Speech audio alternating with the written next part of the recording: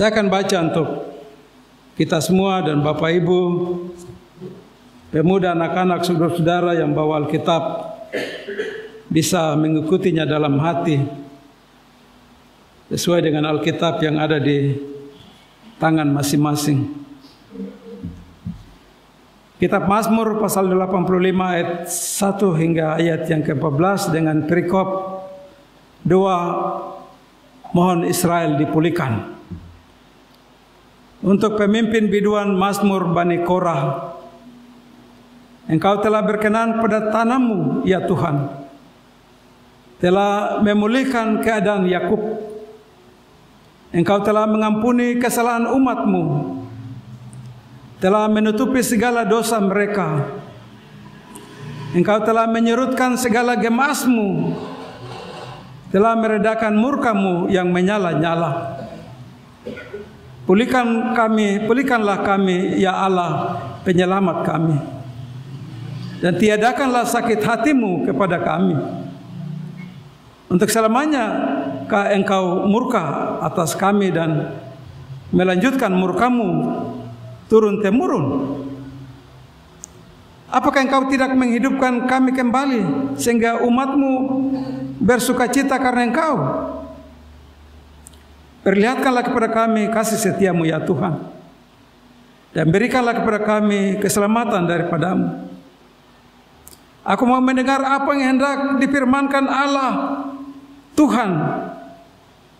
Bukankah Ia hendak berbicara tentang damai kepada umatnya dan kepada orang-orang yang dikasihnya, supaya jangan mereka kembali kepada kebodohan.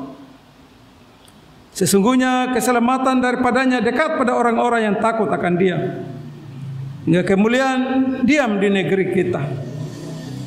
Kasih dan kesetiaan akan bertemu, keadilan dan damai sejahtera akan bercium-ciuman. Kesetiaan akan tumbuh dari bumi dan keadilan akan menjenguk dari langit. Bahkan Tuhan akan memberikan kebaikan dan negeri kita akan memberi hasilnya. Keadilan akan berjalan di hadapannya dan akan membuat jejak kakinya menjadi jalan. Sampai di sini jauh pembacaan firman Tuhan. Pujian kepada Kristus kekal selama-lamanya. Haleluya.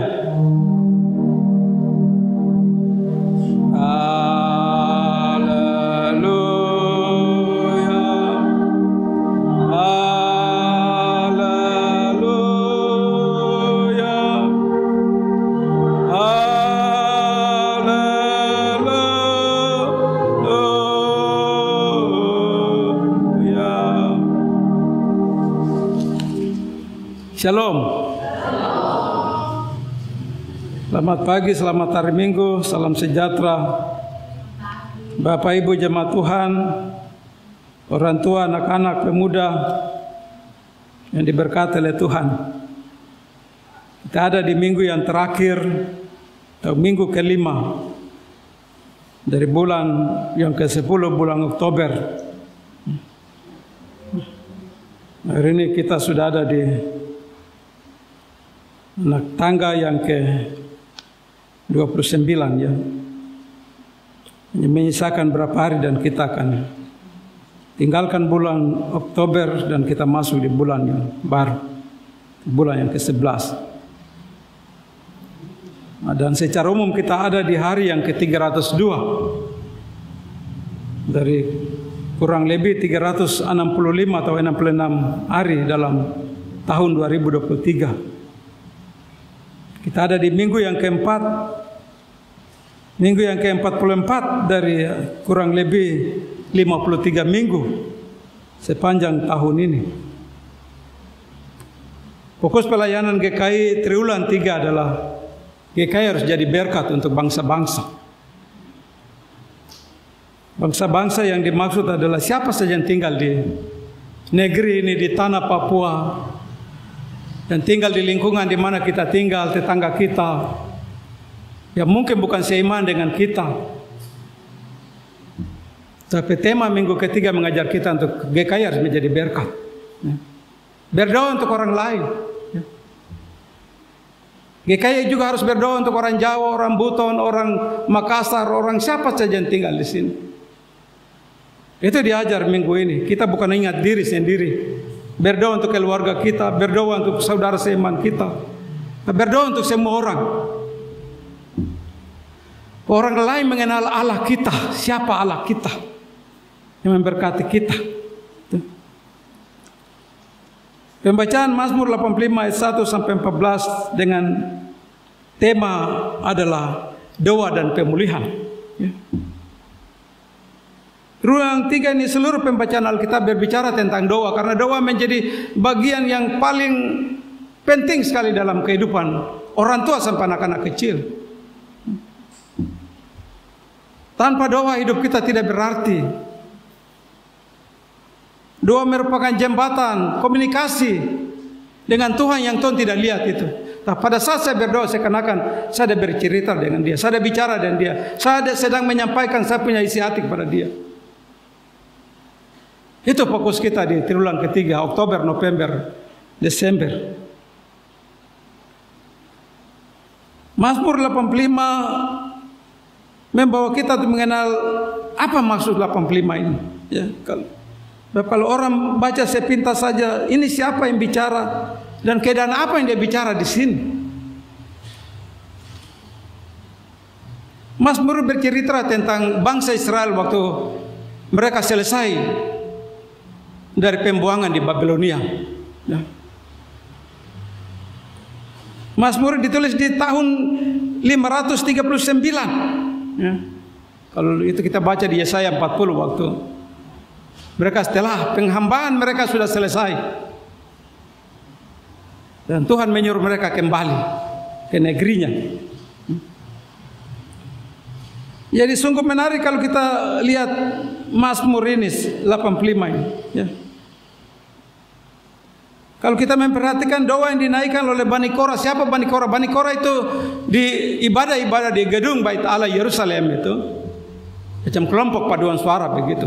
Kalau kelompok asap itu mereka yang main gitar, kecapi, seruling, ceracap. Tapi kalau Bani Korah ini mereka yang memuji macam paduan suara jemaat GKI Pengharapan begitu. Ya. Tugas tiap hari Minggu hanya menyanyikan puji-pujian, menyembah pujian, ya seperti tadi anak-anak PAM menyanyi itu Bani Korah. Tapi pujian mereka tidak seperti yang pujian kita. Pujian mereka penuh dengan kuasa. Nyanyian penuh dengan kuasa. Kalau orang menyanyi, kalau gunung yang bisa rontok juga runtuh. Saya lupa di zaman raja siapa waktu raja sudah dalam ketakutan karena bangsa Aram dengan bangsa Amon sudah mengepung dan sudah ada di lembahnya, tinggal menyerang, habiskan umat Israel, dan raja itu ada dalam ketakutan. Dia menyuruh seluruh tua-tua Israel untuk berpuasa, minta petunjuk Tuhan. Seorang yang dipenuhi oleh Roh Kudus dari Bani Korah itu dia berdiri dan menyampaikan, begini firman Tuhan, jangan kamu takut. Kamu hanya pergi menonton saja, Tuhan yang berperang. Kami nanti besok pagi kami akan berdiri di puncak gunung, kami akan menyanyi, dan kamu pasukan hanya menonton saja dari gunung ke bawah. Bagaimana kuasa Tuhan terjadi. Bani Korah naik di sebuah puncak gunung yang tinggi. Mereka mengangkat puji-pujian, penyembahan pada Allah. Di lembah itu lihat, berjatuhan musuh-musuh. Israel tidak masuk dalam lembah itu. Dua bangsa kafir itu saling berperang, saling memusnahkan satu sama lain. Dan ada tentara-tentara lain yang tidak kelihatan itu tentara dari mana. Mereka juga masuk dan menghabiskan seluruh tentara Bani Korah. Pujian mereka penuh dengan kuasa. Ini doa yang dinaikkan oleh bangsa atau Bani Korah ini. Mereka berdoa setelah Israel sudah pulang. Kita lihat di mana Bani Korah itu menaikkan doa pemulihan bagi umat Israel. Doa ini menghasilkan kembali hidup umat Israel pasca pembuangan. Ya. Kita lihat di ayat 2 dan 4. Ya. Itu kata-kata engkau itu sampai 6 kali ditulis itu. Engkau telah berkenan pada tanammu, ya Tuhan. Engkau telah mengampuni kesalahan umatmu sampai 6 kali. Apa maksud kata-kata ini? Bangsa Israel mengakui bahwa waktu mereka pulang dari Babilonia itu, pertolongan tanya Tuhan. Tidak ada pertolongan dari siapa-siapa. Walaupun padahal mereka hidup dalam dosa kejahatan yang, tapi Tuhan mengampuni semua itu.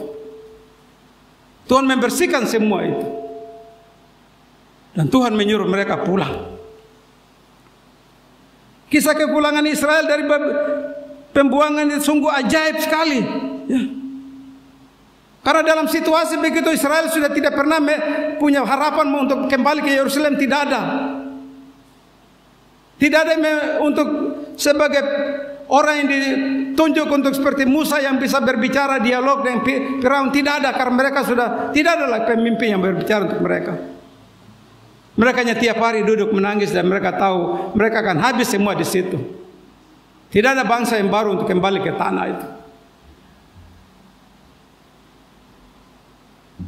Pemikiran mereka di luar dari rancangan Tuhan itu. Tuhan pakai Raja Koresi, Kaisar Koresi.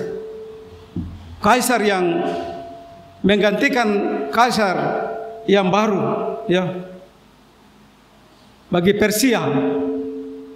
Dan ketika Persia mengalahkan Babilonia, Tuhan pakai Koresi. Tiba-tiba maklumat raja dibacakan di tengah Israel yang sudah tidak ada harapan itu. Dengarlah orang-orang Yahudi, ini maklumat raja. Kamu orang-orang Yahudi yang tinggal di negeri perantauan ini, raja mengizinkan untuk pulang kembali ke negerimu untuk membangun bait Allah. Siapa yang tidak di tengah-tengah penindasan tiba-tiba kabar begitu, kabar indah sekali. Mereka menyambut itu sebagai sebuah anugerah dari Tuhan, pertolongan Tuhan.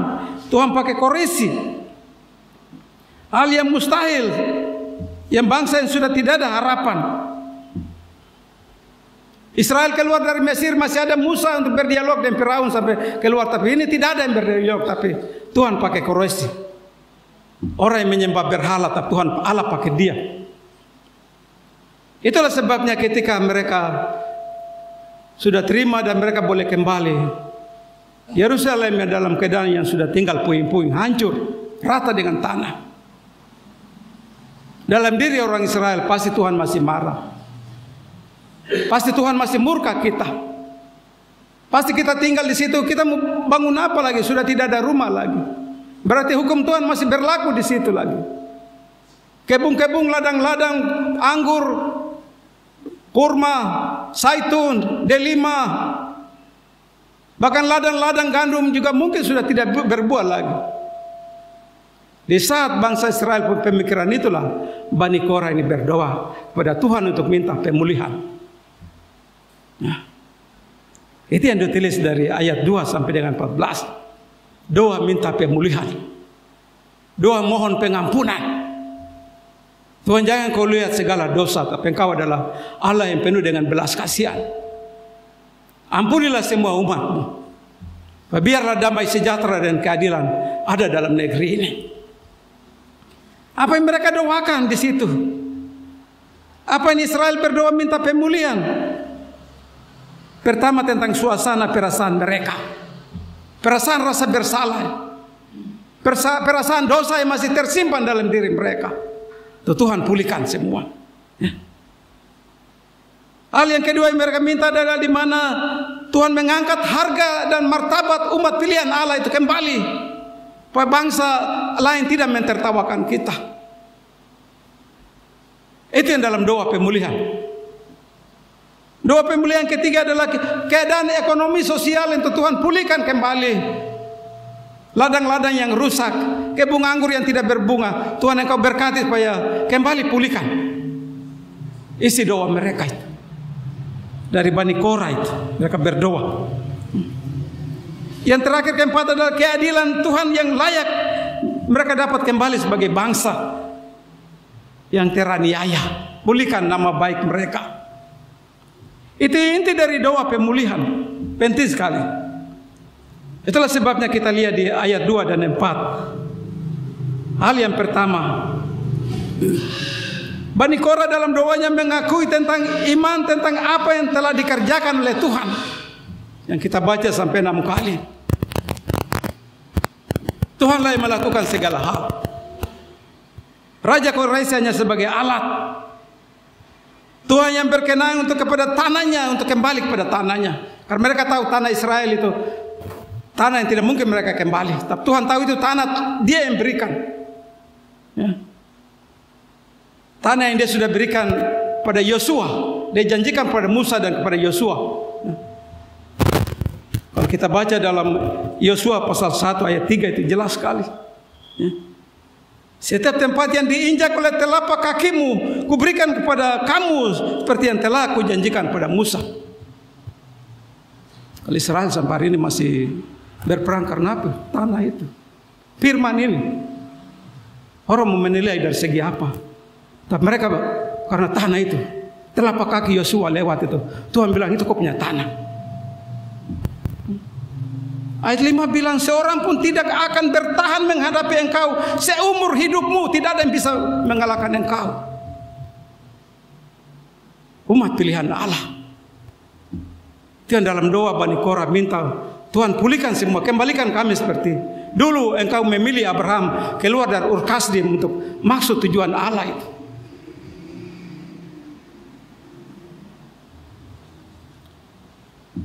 Tanah yang telah berikan kepada Yosua, tanah yang telah dijanjikan kepada nenek moyang, diberikan kepada keturunannya. Tanah adalah milik Tuhan, Bapak Saudara. Tidak boleh tanah ini dicemari. Kalau umat GKI kalau menyadari tentang tanah ini diberkati oleh Tuhan. Kalau mereka tidak mencemari kejahatan di atas tanah ini, yang ada itu damai sejahtera, keadilan yang ada di tanah itu. Tapi kita bisa lihat dengan mata kepala sendiri. Orang menginjak-injak tanah ini. Padahal tanah yang kita tinggal adalah milik Tuhan. Firman Tuhan jelas, Dia bilang, tanah adalah milik saya. Saya janji dan saya berikan kepada kamu. Saya ingatkan janji kepada Abraham, Ishak dan Yakub. Dan tanah Papua juga begitu. Doa suluk, doa kredo Mansinam. Dalam nama Tuhan kami menginjak tanah ini. Jam 6 pagi Mansinam. Ya. 5 Februari 1855. Semua orang yang tinggal di atas tanah ini tidak menghargai tanah ini sebagai tanah milik Tuhan. Tanah yang sudah diberkati oleh Tuhan.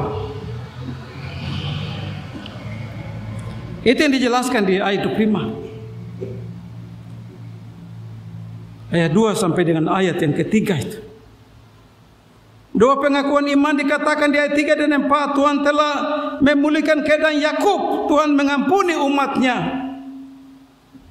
Tuhan sudah menutupi semua dosa-dosa mereka itu. Ya. Artinya dengan pengampunan yang Tuhan sudah menyurutkan gemasnya. Yang tadinya dia marah tapi dia sudah ampuni.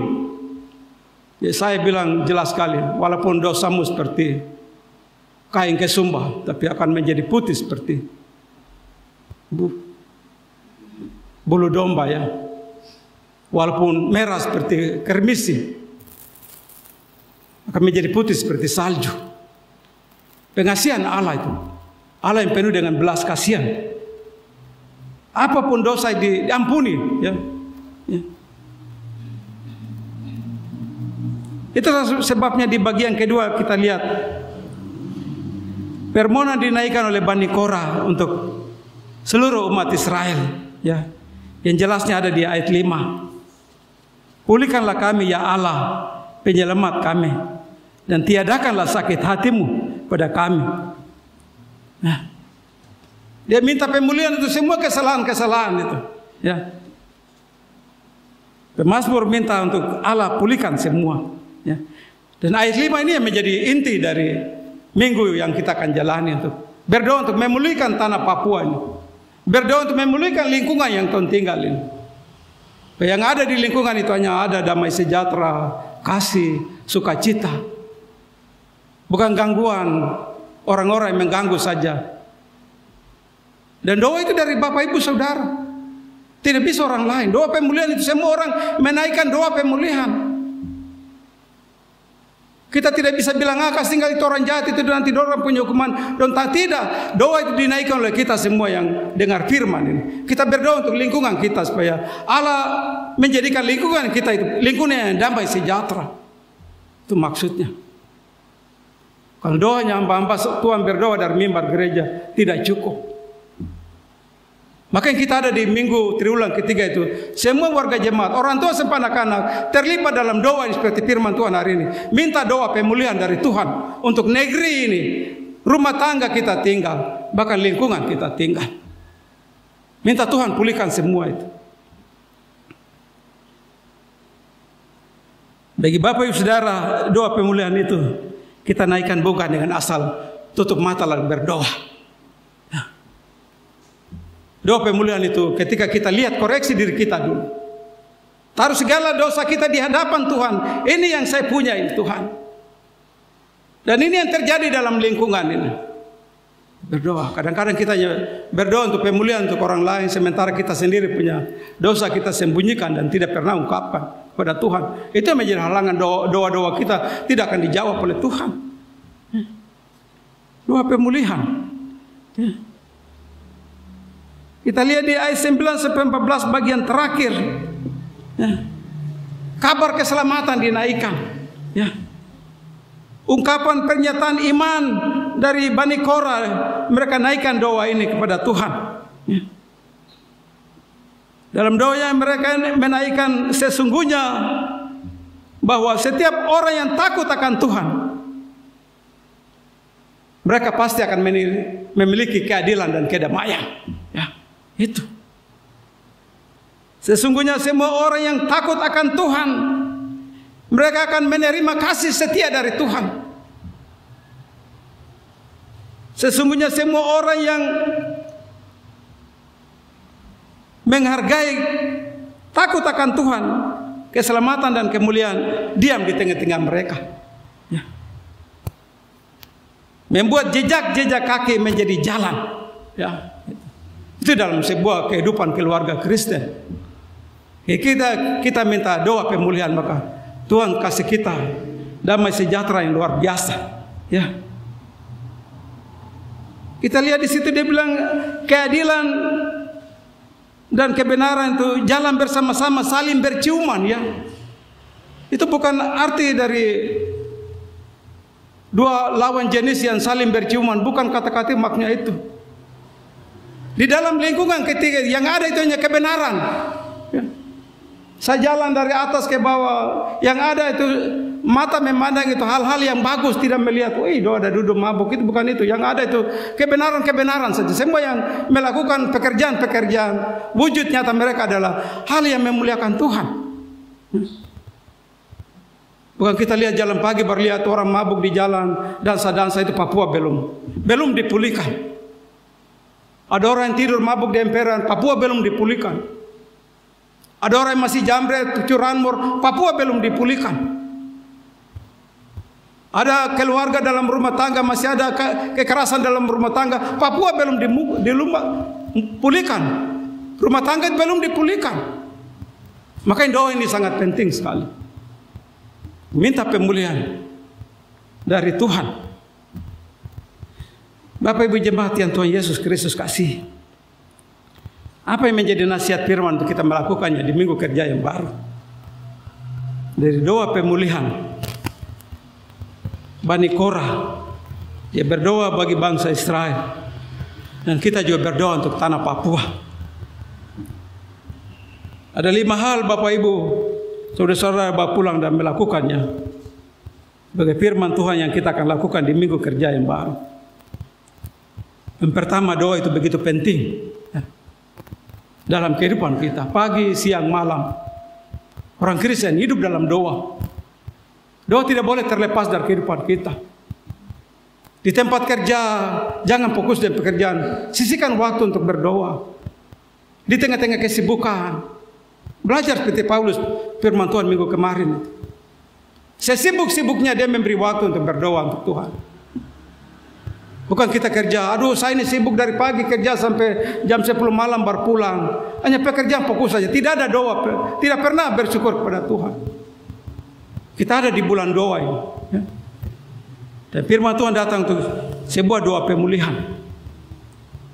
Tema minggu kemarin dari Efesus pasal 3, doa bisa mengubah hidup orang percaya di tengah-tengah pukulan-pukulan yang berat, di tengah-tengah segala sesuatu yang kita tidak bisa tangani dengan kekuatan kita.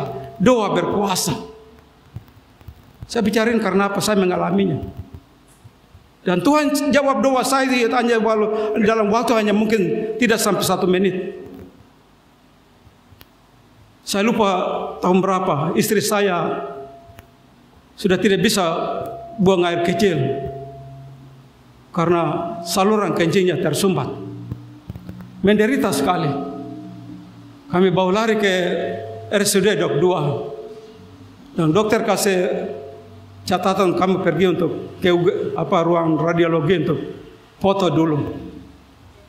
Setelah dipoto ternyata di saluran kencing itu ada 3 batu yang pele sehingga dia tidak bisa kencing.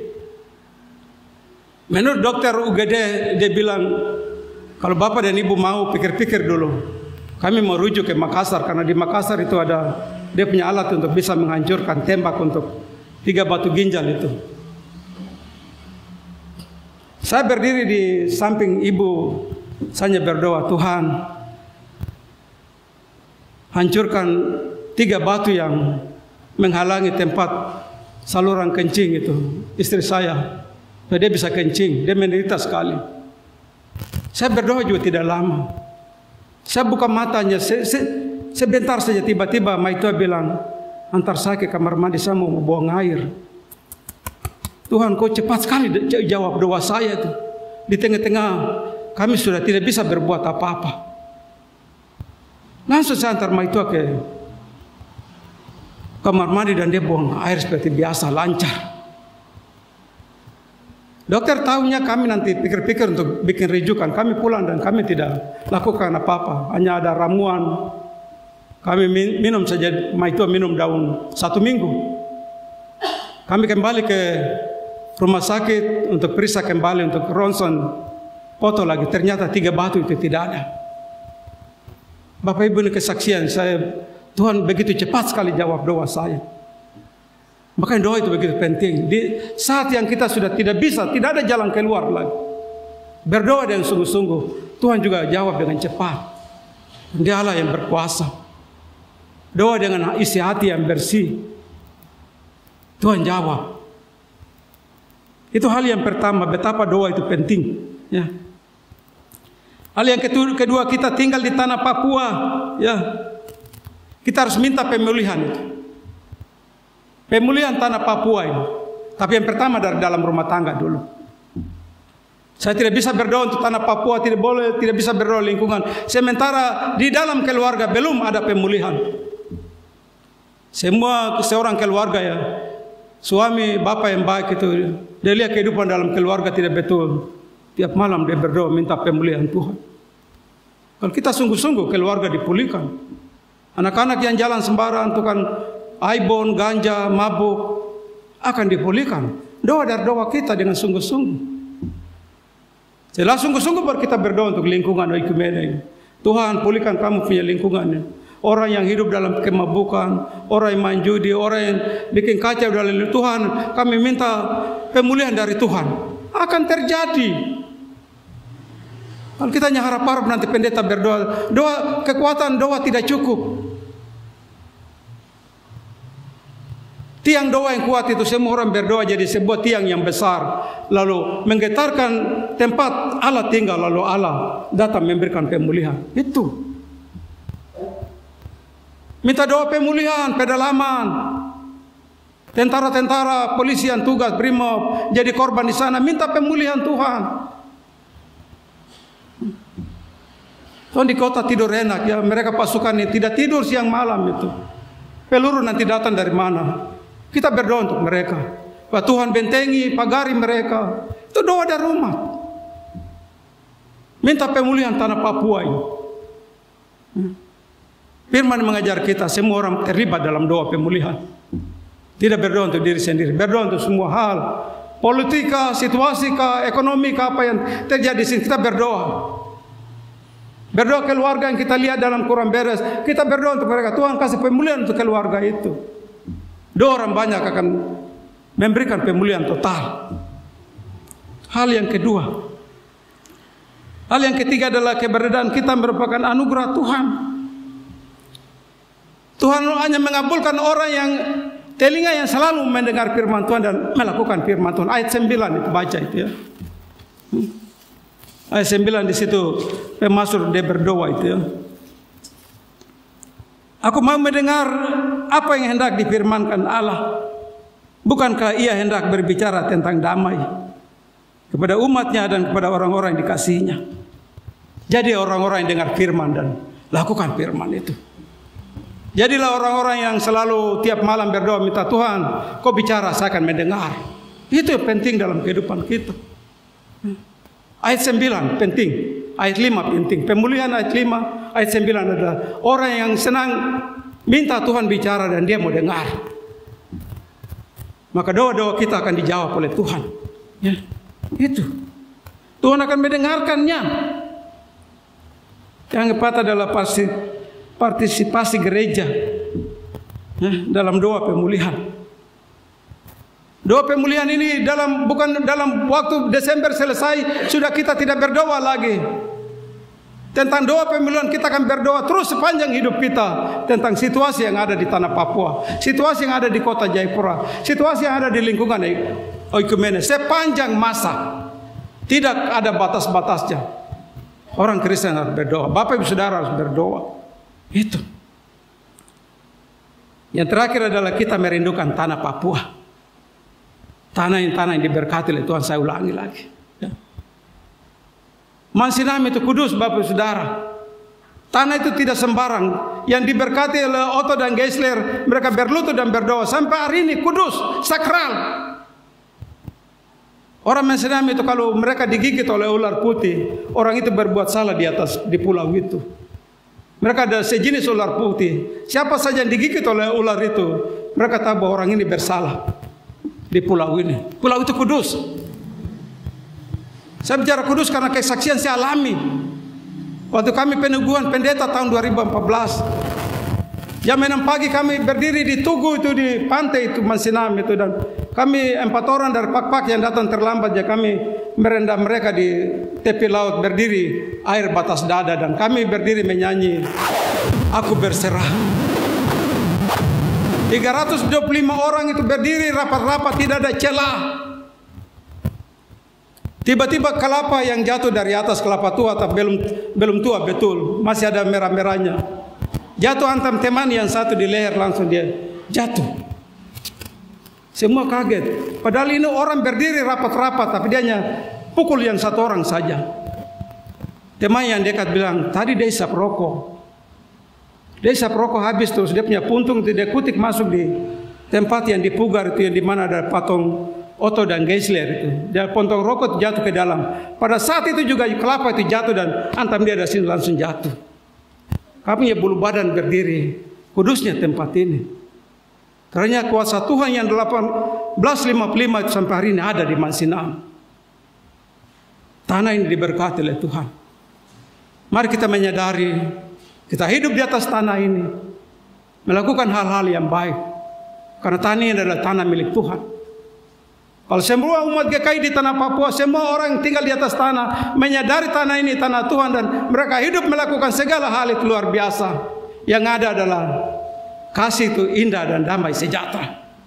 Saya senang tulisan ini. Saya tidak tahu di Pangdam siapa dia tulis. Di setiap kesatrian tentara itu ada tulis kasih itu indah dan damai. Firman Tuhan yang don tulis itu. Indah dan kedamaian tidak bisa datang sebelum ada kasih dalam sebuah persekutuan itu. Kasih berakar dulu baru kedamaian, keindahan itu akan menyinari seluruh tempat itu. Khotbah yang ditulis di pintu-pintu gerbang kesatrian tentara itu. Luar biasa khotbah itu, hanya orang Papua tidak menyadari kata-kata itu. Mari Bapak Saudara, dengan 5 hal yang kita dengar, kita bawa pulang. Minggu ini kita harus ada dalam pemulihan. Berdoa untuk tanah Papua. Berdoa untuk pemimpin yang Tuhan kasih, pemimpin yang benar-benar Tuhan pilih. Ya. Pemilu 2024 nanti bisa akan membuat orang lain memilih karena uang. Ya. Akhirnya pemimpin itu korupsi dan lain-lain. Mereka tidak melakukan seperti Daud terpilih oleh Samuel. Tuhan melihat luarnya tapi manusia melihat bagian luarnya, Tuhan melihat bagian dalamnya. Ya, kalau Tom pilih pemimpin, presiden atau gubernur, berdoa. Jangan karena orang kasih 500.000, 300.000, beri suara untuk dia ternyata pemimpin yang korupsi. Tapi saudara berdoa sendiri, Tuhan, Kau tunjuk pemimpin yang mana saya kasih pilihan. Bukan karena orang kasih saya pengaruh uang. Saya kasih pilihan benar supaya untuk kemakmuran negeri ini. Pulanglah dan lakukan firman ini. Ketika waktunya, saatnya, ingat firman ini, lakukan. Dan berdoa untuk pemulihan keluarga, lingkungan, kota Jayapura, tanah Papua. Itu tugas kita lewat firman Tuhan hari ini. Tuhan memberkati kita dengan firman-Nya. Amin.